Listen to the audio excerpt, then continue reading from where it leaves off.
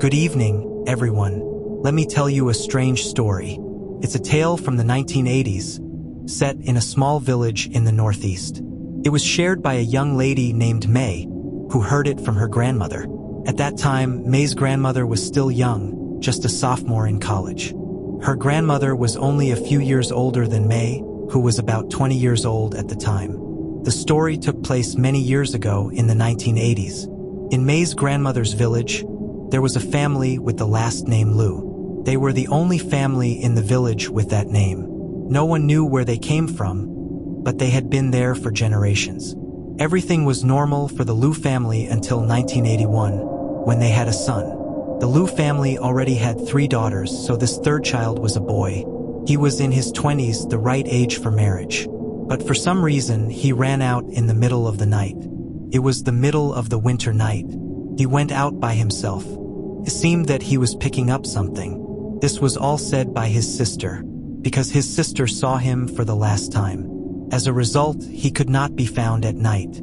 He dared not wait to find him again. He froze to death in the ravine. The death of the third child of the Liu family became a mystery. But from our perspective, it is a mystery. From the perspective of his parents, the sky fell. The parents of the Liu family could not survive. They cried for their son's funeral. Even his mother wanted to commit suicide. The main reason was that they could not figure out the reason for his son's death. According to his eldest sister, she said that at about 11 o'clock in the evening, she got up to go to the bathroom and saw her brother standing, putting on clothes. His sister asked him, "What are you doing?" He didn't say anything. He said, "Don't bother me. I'm going out to pick up something." His brother was already in his 20s. Plus, he said he was going out to pick up something. His sister thought, yes. What is he going to do with firewood? Plus, his sister was sleeping and confused at the time, so she ignored her brother. She didn't think anything would happen to her brother, but he left that night and never came back. It was only at night that the elder sister realized something was wrong. It was around 3 a.m. The elder sister woke up again at about 3 o'clock. She found that her brother had not returned home. She was worried. Then the whole village helped to look for him. After 2 days of searching, he was finally found. In a ravine near the village. On a hillside hidden in the forest. He was found in the ravine. He had been frozen to death. He was frozen and dried. Oh, I can't explain it clearly. But the Liu family had no choice. They had to face it. They couldn't avoid it. Later, they made the funeral of his son as grand as possible. Then he was buried. When he was buried, the Liu family chose the place by themselves, because the father of the Liu family was the deceased. His father seemed to know something about feng shui. He chose a piece of land for his son and buried him. After the burial, the tomb was very beautiful at that time. You can imagine that his son felt sorry for him. It was all arranged by his father. The death of the third son of the Liu family lasted for 15 or 16 days. It gradually passed.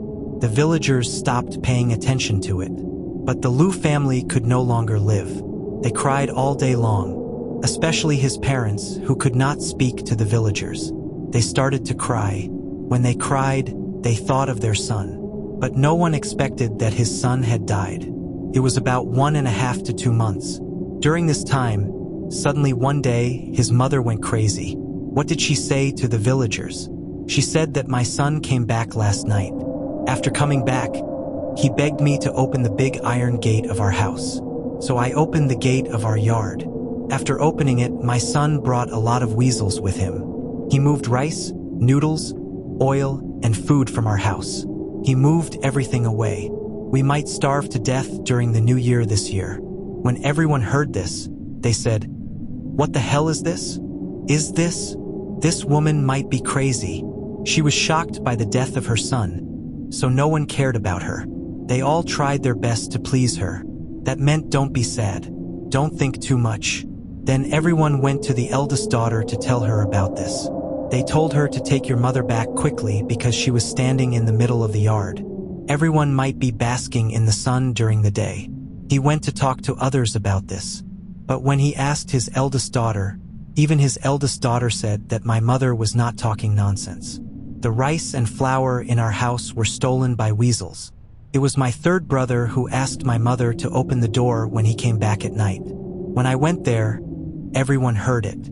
Her eldest daughter also said so. Something was wrong. It was not even noon, so we went to their house to check. As expected, everyone in the Northeast has cellars. The cellar was obviously wrecked. As soon as the door of the cellar was opened, it was full of rice, millet, beans, corn, and dregs scattered all over the floor. It was like a bandit had been here. Everyone was confused. What was going on? I asked their family. As a result, my God, it turned out that it was last night. The whole family was half asleep at night.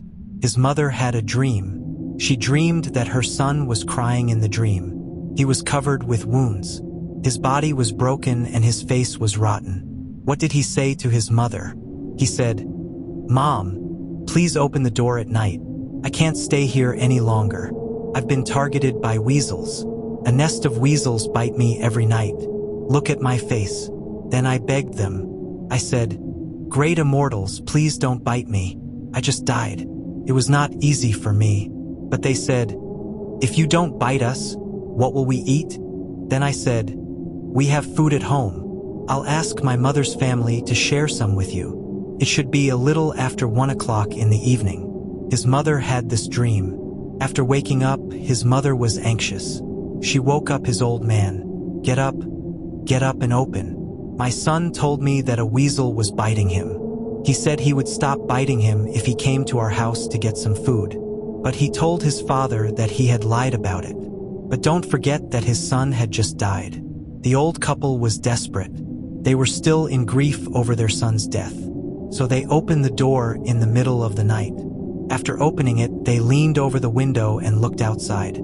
And a weasel really came. The big dark-colored weasel, the youngest one, was much bigger than the ordinary weasels, and it led 7 or 8 others straight to their cellar. When they got to their cellar, the old couple said they had been moving for half a night, and when they were in the middle, the eldest and second daughter woke up and asked their mother what to do. But his mother didn't let them care, saying that if they cared, you would drive them away with sticks, and your brother would be in trouble. As a result, the villagers told the story, and when the villagers heard it, they said, "Oh, it seems that they are really bullied by weasels, but we can't just let them bully us like this, right?" The villagers immediately helped their family to research it, and after everyone analyzed it, they found that there was something wrong with your son's grave. His father thought about it and realized that it was indeed too cold in recent days, so he didn't go to his son's grave to see it. Because when his son died, it was early winter, and now it is deep winter. When it is deep winter, do you know how cold it is in northeast China? It was minus 45 degrees Celsius. His father hadn't visited his son's grave recently, so the villagers quickly organized a large group of people, armed with sticks and muskets. Many people accompanied his father to his son's grave, but when they got there, they saw a big hole in the side of the tomb. And not only was there a hole, but they also pointed a torch into it. Oh my God, his son's coffin had a thin skin to begin with. In the 1980s, people were too poor to afford a thick coffin. Some animal had dug a big hole in the coffin. Looking through the firelight, he could see his son's body. It was all bitten to pieces by that animal. Oh my God, his father was furious at the time. He stood beside his son's grave and started to curse. He called him a weasel, but cursing a weasel is useless, right? He doesn't understand. He will mess with you tomorrow. He will torment you again. After tormenting you, your son will come to you. As a result, the villagers gave his father some advice. It's said that people from the Northeast understand this. He and this bad fairy have fought for many lifetimes. As a result, what did the villagers do? They said that the whole village should mobilize everyone to go back and collect the goose shit. This trick is said to be particularly effective in the Northeast. It is specifically used to treat bad weasels. Bad weasels are most afraid of the shit of geese. If they step on it, their claws will rot. Guess what happened? The whole village collected goose food. Each household brought a large basin of water. Then they spread it around his son's grave. The whole place was covered with it, and they had to sprinkle it every few days. They had to sprinkle it every few days. What happened? It really worked. The weasel never came back because they sealed his son's grave. After the seal, they never opened it again. Then things were almost calm, but the news spread.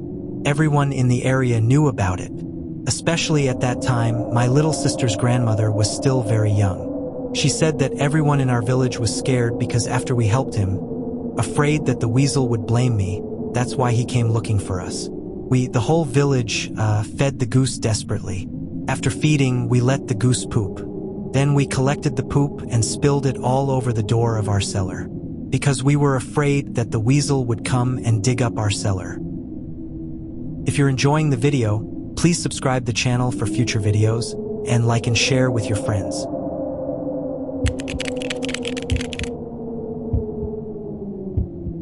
This story was shared by a friend of ours named Li Wei. He mentioned that it was told to him by his cousin's colleague. Is it true or false? Because the story is so fantastical, I personally don't believe it entirely. In fact, I feel a little embarrassed sharing it with everyone. However, after listening to Li Wei, I think I can at least accept it as a tale worth telling. The story revolves around a cat, a strange and eerie incident tied to its life. The girl in the story is named Xiao Mei, a young woman from Hangzhou. She appears quite youthful. Li Wei recounted this tale about a colleague of his cousin who worked in Hangzhou. This person looked a lot like me, which made Li Wei curious. He kept asking questions until others urged him to share something in return. Reluctantly, he agreed, though he feared people might laugh at him. Here's how the story goes. It begins during lunchtime when a group of colleagues were chatting. One of them mentioned an incident from high school. At the time, he lived in his hometown, not Hangzhou. One rainy day, he found a small tabby kitten and decided to take it home. His parents weren't there when he arrived. Since he didn't have classes in the afternoon, he gave the kitten a bath. While bathing it, he noticed a wound under its leg, likely from being bitten. This boy was surprisingly resourceful. He took a sewing needle, soaked it in alcohol, and stitched up the wound himself. Thanks to his efforts, the kitten survived. Over time, the boy grew attached to the cat. When his parents returned home that evening, he told them about it. They initially suggested keeping the kitten, but later objected, fearing it would distract him from his studies. A heated argument followed. For several days, the boy refused to give up the cat. Eventually, a compromise was reached. He sent the kitten to live with his grandmother. His grandmother welcomed the cat because she lived on the first floor and had a mouse problem. The boy visited frequently for the first 4 or 5 weeks. As the weeks passed, his excitement waned, and he stopped visiting for 2 weeks. Then, something strange happened. One week, he accompanied his mother to a temple. She believed in certain traditions and insisted they visit on a specific day. While there, she consulted a fortune teller about her son's future. The fortune teller warned that the boy would soon face a serious disaster. Though it wouldn't kill him, avoiding it would bring lifelong misfortune. The mother pleaded with the fortune teller to find a solution, but he insisted the disaster couldn't be avoided. If you try to escape it, he said, you'll only invite greater calamity. The boy, however, dismissed the warning. To him, it sounded like nonsense. A few days later, he joined classmates to visit their former teacher, who was hospitalized. After the visit, which ended around 9 p.m., his classmate informed him they couldn't take the same bus home. Instead, the classmate planned to visit his grandmother since it was the weekend. Left alone at the bus stop, the boy waited anxiously. No buses arrived for a long time. Finally, he spotted headlights in the distance. Recognizing the bus he needed, he moved to board it. Just then, a peculiar little girl appeared behind him. She looked unusual. Her face seemed mature, perhaps 14 or 15 years old, but her body was tiny, like that of a 4 or 5-year-old. She wore an odd skirt, something cartoonish and otherworldly. Before he could react, she grabbed his hand. Her grip felt soft at first, but as he turned to look at her, unease set in. The bus driver called out, urging him to board, but the boy froze. Something wasn't right. The girl's hand suddenly felt plush-like, almost furry. Panic surged through him as he realized he couldn't move. The driver, impatient, closed the door and drove off.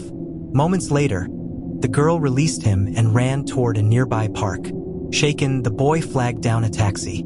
Inside, he recounted the strange encounter to the chatty driver, including the fortune teller's warning. The driver listened intently and remarked, "Young man, don't dismiss such things lightly." As they spoke, they approached the road where the bus had turned. Suddenly, flames erupted ahead. A large truck collided with the bus, causing it to overturn.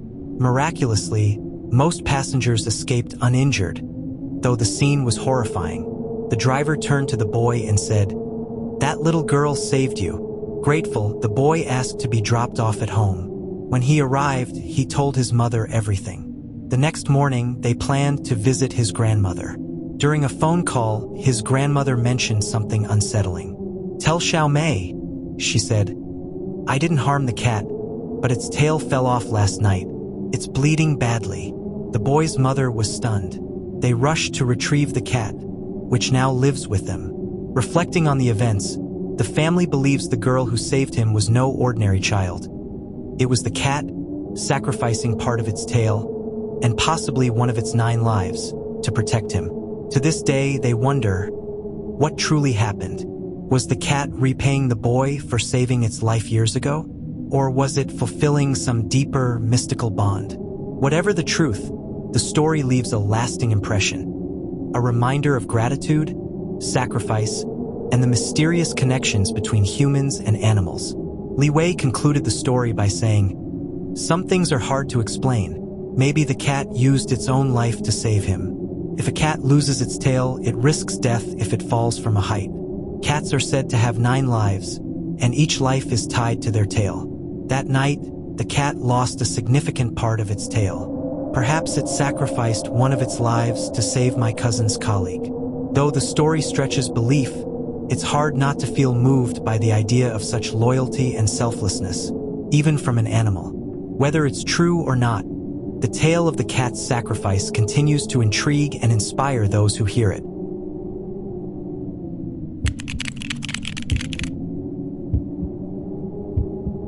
Tonight, a girl from Changchun, Jilin, came to our house.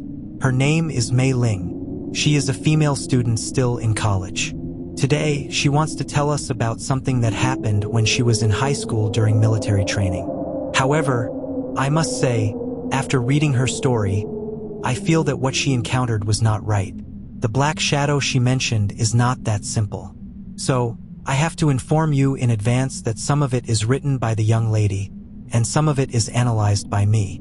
This happened a few years ago when Mei Ling was still in high school. A few years ago, Mei Ling was in her 2nd year of high school. The school organized them to go to a military training base at the beginning of the school year. The base was surrounded by nice places, mountains, water, and forests. They were very happy at that time and went in for formal training. During the first 2 days of training, Mei Ling saw something that made her uncomfortable. There was a hillside behind the playground where her team was training, and there were graves on the hillside.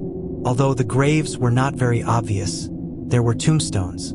She told her classmates about it, and many of them saw it too. Some male classmates even ran up the hill to look. They confirmed that there was a cemetery on the top of the hill. But the school did not allow people to talk about these things. The teacher also said that he did not allow people to spread this matter. So the matter was played out. On the 3rd day of training, Mei Ling felt something was wrong when she was training at night. After dinner, which they finished between 6:30 and 7 o'clock in the evening, she felt a little uncomfortable. Normally, she would go out with a few girlfriends, but that day, she just wanted to be alone. So, she ignored her female classmates and came out of the cafeteria by herself. She walked around the cafeteria entrance and ended up at the training square. The training square was relatively easy to get to the dormitory, but she could have avoided it by going around the square from the bottom. However, she walked to the square and felt scared because it was dark and there was a graveyard next to it. As she was about to leave, she felt that there was a man standing on the hillside to her side. She saw him first with her peripheral vision. The man was very tall, about 1.8 meters tall, standing on the dirt slope. She tried to control herself and not look over there. She was scared, so she quickened her pace and walked forward. The square was downhill and she walked to the bottom of the slope.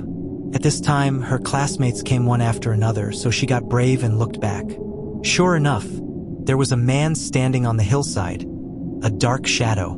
She couldn't see him clearly, but he was looking at her from a distance. She was scared and quickly started running back to the dormitory. When she got to the dormitory, her remaining sisters were not there. They had run to the dormitory next door to play. It seemed that they were chatting with a few female classmates in the dormitory next door. When she returned to the dormitory, there was no one there. She went to the dormitory next door, but it was very chaotic. There were 7 or 8 female classmates making noises inside. She couldn't sit still, so she asked 2 of them whether they were going home. They were chatting happily and didn't care about her. She felt embarrassed and couldn't force them to go with her. So, she told them that she felt a little uncomfortable and would go back to sleep. They asked her where she felt uncomfortable, and she said that her hair was heavy.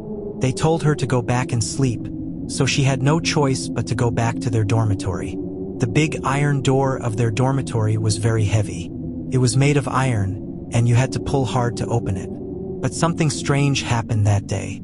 The door seemed to be sucked shut. She almost used all her strength to open it. After she opened it, she felt scared. She felt that something was wrong. Normally, she shouldn't go in again, but she didn't know why she did. As soon as the door opened, she felt sleepy and exhausted. She felt that all the muscles in her body were weak, and she wanted to lie down on her bed. Her body wanted to lie down and rest, but her mind was afraid. So, she turned on the light in the room and quickly lay down on her upper bunk. She realized that something was wrong, but she couldn't control herself and slowly fell asleep. She woke up once in the middle of the night because several of her classmates came back. One of them said something about not taking off her clothes, but she didn't reply and continued to sleep.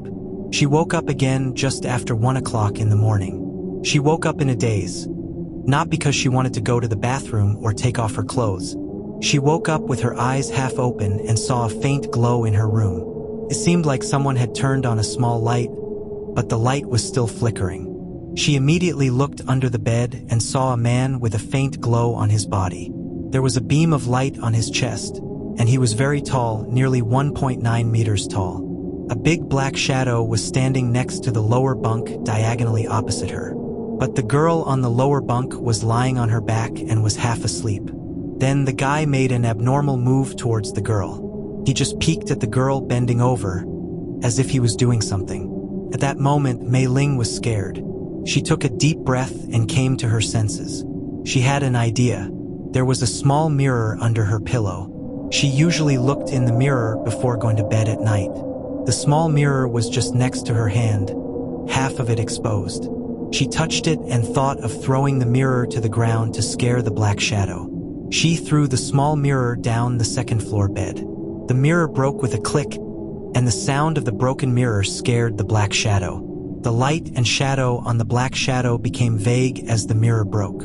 It flashed, and the black shadow quickly walked out of the window, even though the window was closed at that time. The broken mirror also woke up other girls.